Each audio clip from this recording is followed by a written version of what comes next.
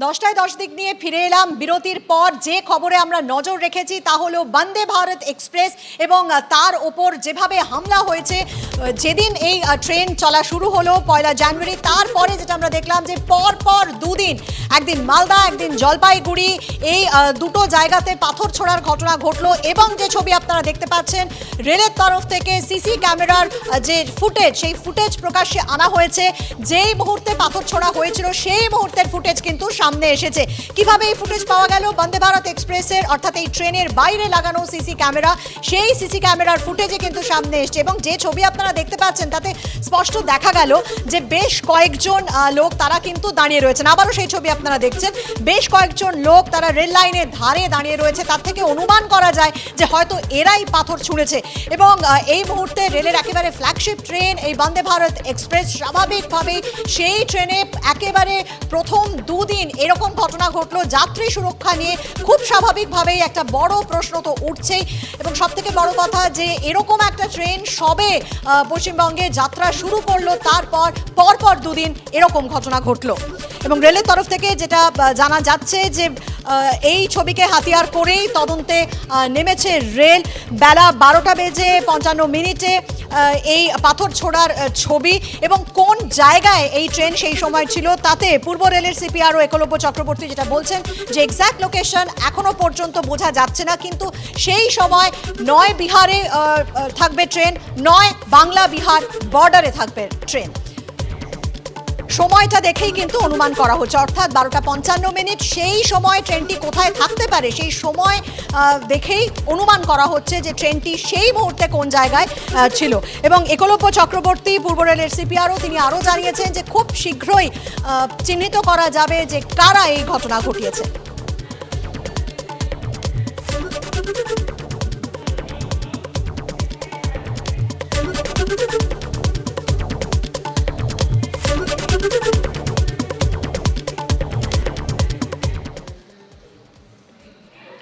অবশ্যই এই খবরে আমাদের নজর থাকবে যে কারা বন্দে ভারত এক্সপ্রেসে পাথর ছুড়ল, কারণ রেলের তরফ থেকে জানা যাচ্ছে যে খুব শীঘ্রই তা চিহ্নিত করা সম্ভব হবে। চলে আসছি পরের খবরে। পঞ্চায়েত ভোটের আগে বড় সড়ো ঘোষণা নবান্নের তরফ থেকে। এবার থেকে মিড ডে মিলে ভাত ডাল তরকারির সঙ্গে মুরগির মাংস এবং ফল পাওয়া যাবে। আরেকবার জানিয়ে রাখি আপনাদের যে পঞ্চায়েত ভোটের আগে রাজ্যে মিড ডে মিলে মুরগির মাংস এবং ফল দেওয়া হবে। জানুয়ারি থেকে এপ্রিল পর্যন্ত মিড ডে মিলে এই নতুন খাবার দেওয়া হবে বলে জানানো হয়েছে। মিড ডে মিলে মুরগির মাংস এবং ফলের জন্য 372 কোটি টাকা বরাদ্দ করেছে রাজ্য।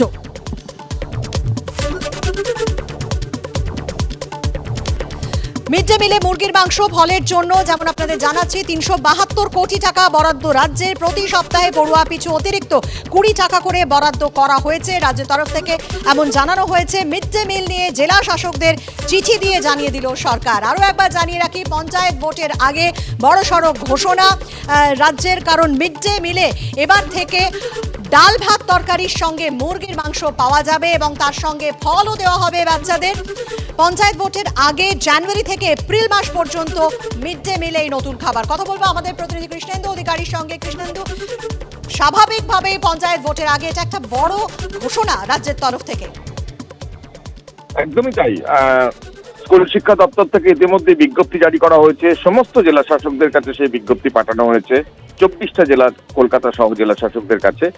এবং সেখানে বলা হয়েছে যে প্রায় 372 কোটি টাকা বরাদ্দ করা হচ্ছে এই 4 মাসের জন্য। অতিরিক্ত খাবার মিড ডে মিলে তার জন্য সরকারের তরফ থেকে বরাদ্দ করা হচ্ছে এবং প্রতি সপ্তাহে ছাত্র পিছু বা ছাত্রী পিছু অতিরিক্ত 20 টাকা করে বরাদ্দ করা হচ্ছে। মেনু কি হবে সেটা ঠিক করে দেওয়া হয়েছে। তুমি জানো মিড ডে মিল নিয়ে বিস্তর অভিযোগ প্রকাশ্যে আসে। কোথাও খাবারের গুণগত মান নিয়ে কোথাও মিড ডে মিল ঠিক মতো পাওয়া যাচ্ছে না, নানা ধরনের অভিযোগ প্রকাশ্যে আসে। এবং সেই প্রেক্ষাপটে খাবারের গুণগত মান, খাবারের তালিকা নিয়ে যেখানে প্রশ্ন আসে, অভিযোগ আসে, সেখানে মুরগির মাংস দেওয়ার কথা বলা হচ্ছে, মরশুমি ফল দেওয়ার কথা বলা হচ্ছে, ডিম দেওয়ার কথা বলা হচ্ছে এবং তার তালিকা প্রকাশ করে দেওয়া হয়েছে। কোন জেলায় কত টাকা বরাদ্দ করা হবে তার দীর্ঘ তালিকা তৈরি করে দেওয়া হয়েছে সরকারের তরফ থেকে। এবং এটা সত্যি চমকপ্রদ বিষয় যে সামনে পঞ্চায়েত ভোট, তার আগে এপ্রিল মাস পর্যন্ত, জানুয়ারি থেকে টানা 4 মাস মিড ডে মিলের পাতে, শিশুদের খাদ্যের পাতে এই অতিরিক্ত পুষ্টির খাবার, মুরগির মাংস, মরশুমি ফল দেওয়ার সিদ্ধান্ত নিয়েছে সরকার, এবং সেটা কিভাবে বলবৎ করা হবে, কিভাবে কার্যকরী করা হবে তার বিস্তারিত বিজ্ঞপ্তি স্কুল শিক্ষা দপ্তর থেকে, মিড ডে মিলের যে তরফ থেকে প্রকাশ করা হয়েছে। প্রকল্প অধিকর্তা সমস্ত জেলা শাসককে চিঠি দিয়ে জানিয়েছেন। অনেক ধন্যবাদ কৃষ্ণেন্দু তোমাকে।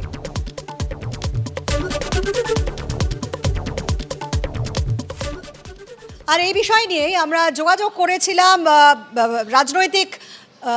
রাজনৈতিকবিদদের সঙ্গে। সুজন চক্রবর্তীর সঙ্গে আমরা কথা বলেছিলাম শান্তনু সেনের সঙ্গে এবং রাহুল সিনহার সঙ্গে। তারা কি জানিয়েছিলেন শোনাবো আপনাদের।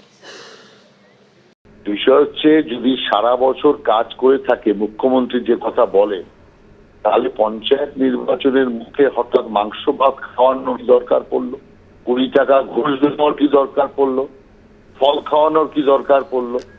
তার মানে ঘুরিয়ে ফিরিয়ে হচ্ছে মুখ্যমন্ত্রী বুঝতে পারছেন যে আবহাওয়া ঠিক নয়, মানুষ ঘুরে গেছে। যে পরিমাণে মানুষের লুটের টাকা মানুষ টাকার পাহাড়ের মাধ্যমে দেখে নিয়েছে, এমন অবস্থায় এসে দাঁড়িয়েছে যে এখন মানুষকে মাংস ভাত খাইয়ে সন্তুষ্ট করবার চেষ্টা চলছে, ভোট কেনার চেষ্টা চলছে টাকার বিনিময়ে, ফলের বিনিময়ে। অর্থাৎ তার মানে যে কিচ্ছু হয়নি, শুধু জনসম্পত্তি লুট হয়েছে, এটাই তার সবচেয়ে বড় প্রমাণ। ভালো কথা, মিড ডে মিলে বরাদ্দ বাড়াবার কথা অনেকদিন ধরে মানুষ দাবি করছে, কিন্তু রাজ্য সরকার সেটা কি মিড ডে মিল বাড়াবার জন্য করছে, নাকি ভোটের জন্য কোনো সুরক্ষার অসুবিধা বোধ করে ভোটের জন্য করছে? কেন জানুয়ারি থেকে এপ্রিল? এটা তো 3 মাসের জন্য। কেন মে মাসে ভোট বলে পঞ্চায়েতে, নাকি ডিসেম্বর পর্যন্ত করবে? যদি ডিসেম্বর পর্যন্ত করে বলে ঘোষণা করে, তাহলে সেটা আমাদের সদর্থক ভাবে নেওয়া উচিত। আর যদি বলে এপ্রিল, তাহলে লোকে বুঝবে যেটা মিড ডে মিলের জন্য না, এটা ভোটে ঘাটা পড়ে গেছে, অতএব ভোটের জন্য প্রকল্প।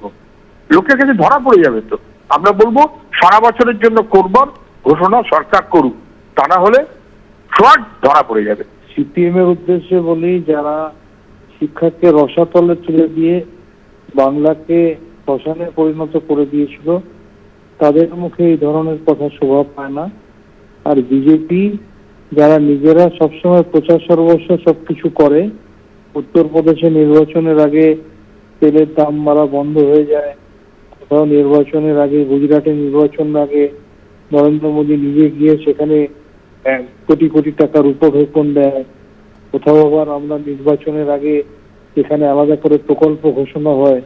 এই সামগ্রিকভাবে রাজনীতি সর্বস্ব সংকীর্ণ মনা বিজেপি যারা নিজেরা এই ধরনের কাজ করে, তারা তৃণমূল কংগ্রেসের এই নীতিকে সমালোচনা করছে। মমতা বন্দ্যোপাধ্যায় সারা বছর মানুষের কাছ থেকে কাজ করে থাকেন, সুতরাং এটা আলাদা করে নির্বাচনের জন্য আলাদা করে কিছু নয়। পরের খবরে আসছি। শিক্ষায় নিয়োগ দুর্নীতি মামলায় গতকাল আদালতের তরফ থেকে যেটা বলা হয় যে নিশ্চয়ই ভালোবাসার বশবর্তী হয়ে অযোগ্যদের চাকরি দেওয়া হয়নি। এই চাকরি দেওয়ার ক্ষেত্রে, অর্থাৎ অযোগ্যদের চাকরি দেওয়ার ক্ষেত্রে কোনো লেনদেন হয়েছিল কি, আর্থিক লেনদেন হয়েছিল কি, তা খোঁজ নিতে বলা হয়েছে সিবিআইকে। এবং একই সঙ্গে ধৃত কল্যাণময় গঙ্গোপাধ্যায় জামিনের আবেদনের শুনানির সময় যেটা বলা হয়েছে যে তাকে এই জামিনের আবেদন তিনি কি প্রত্যাহার করবেন, সেই বিষয়ে কিন্তু আজকের মধ্যে আদালতকে জানাতে হবে কল্যাণময় গঙ্গোপাধ্যায়কে। নিয়োগ দুর্নীতি মামলায় পার্থ চট্টোপাধ্যায় ঘনিষ্ঠ অর্পিতা মুখোপাধ্যায়ের 2টি ফ্ল্যাট থেকে উদ্ধার হওয়া টাকার পাহাড় দেখে চোখ কপালে উঠেছিল বাঙালির।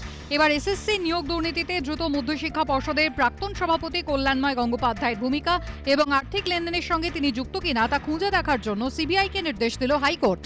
গত বছরের 15 সেপ্টেম্বর কল্যাণময় গঙ্গোপাধ্যায়কে গ্রেফতার করে সিবিআই। কেন্দ্র গোয়েন্দা সংস্থার দাবি, অযোগ্য প্রার্থীদের নিয়োগপত্র দেওয়ার ক্ষেত্রে অন্যতম প্রধান ভূমিকা ছিল কল্যাণময়ের।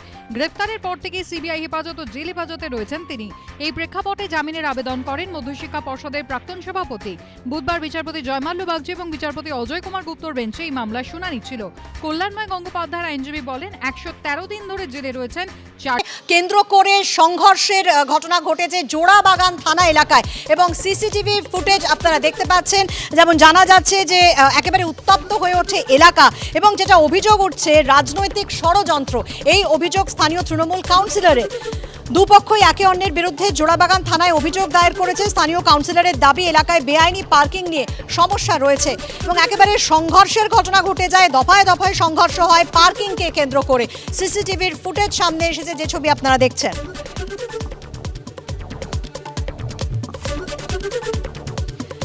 উত্তপ্ত জোড়াবাগান থানা এলাকা, সংঘর্ষে বেশ কয়েকজন আহত হয়েছেন বলে জানা যাচ্ছে। কথা বলবো আমাদের প্রতিনিধি আবির দত্তর সঙ্গে।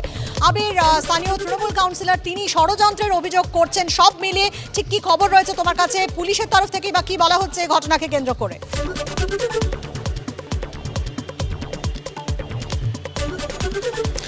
দেখো, গতকাল সকাল থেকে বিকেল পর্যন্ত বা সন্ধে পর্যন্ত প্রায় গড়ায় এই দফায় দফায় একটা উত্তেজনার পরিস্থিতি তৈরি হয় এবং যেটা অভিযোগ, স্থানীয় বেশ কয়েকজন কাঠের ব্যবসায়ীদের যে তাদেরকে মারধর করা হয়েছে পার্কিংকে কেন্দ্র করে এই উত্তেজনা। এবং এই যে উত্তেজনার পরিস্থিতি তৈরি হয়, দুপক্ষই লিখিতভাবে অভিযোগ করেছেন, তবে আহত হয়েছেন বেশ কয়েকজন। তারা যেটা জানাচ্ছেন যে নির্দিষ্ট করে এক ব্যবসায়ীর কথাই তারা বলছেন, যে যিনি বেশ কয়েকজনকে নিয়ে এসে তাদের উপরে চড়াও হয় এবং মারধর করে। এবং এই লিখিত অভিযোগের ভিত্তিতে ইতিমধ্যে তদন্ত শুরু হয়েছে বলে জানা যাচ্ছে। দুপক্ষের লিখিত অভিযোগ, সিসিটিভির ক্যামেরার যে ফুটেজ, সেই ফুটেজ আহতরা আমাদের দিয়েছেন এবং তারা যেটা জানাচ্ছেন যে সেই ফুটেজে দেখা যাচ্ছে তাদেরকে কীভাবে মারধর করা হচ্ছে বা তাদেরকে সেখান থেকে সরিয়ে দেওয়ার চেষ্টা চালানো হচ্ছে। এই পরিপ্রেক্ষিতে আমরা স্থানীয় কাউন্সিলর 21 নম্বর ওয়ার্ড কলকাতা পৌরসভা, তার সঙ্গে যখন যোগাযোগ করি, তিনি যেটা জানান যে গতকাল খবর পাওয়ার পরে তিনিও ঘটনাস্থলে গিয়েছিলেন। পুলিশের সঙ্গে তিনি কথা বলেছেন এবং প্রশাসনকেও ব্যবস্থা নিতে বলেছেন এবং তার সঙ্গে তার এটাও বক্তব্য যে জোর জুলুম কোনোভাবেই বরদাস্ত করা হবে না এবং এই যে বেআইনি পার্কিংয়ের সমস্যা রয়েছে, সেই সমস্যার বিষয় নিয়ে উচ্চতর নেতৃত্ব তাদেরকেও তিনি জানাচ্ছেন এবং তিনি সঙ্গে এটাও যুক্ত করেছেন তার বক্তব্যে যে কোনোভাবেই ক্ষমতার অপব্যবহার করে দলকে কলুষিত করা যাবে না। সব মিলিয়ে এই উত্তেজনার পরিস্থিতিতে যারা আক্রান্ত হয়েছেন তারা কিন্তু চাইছেন যে এই ধরনের ঘটনার যেন পুনরাবৃত্তি না হয়। ধন্যবাদ আবির।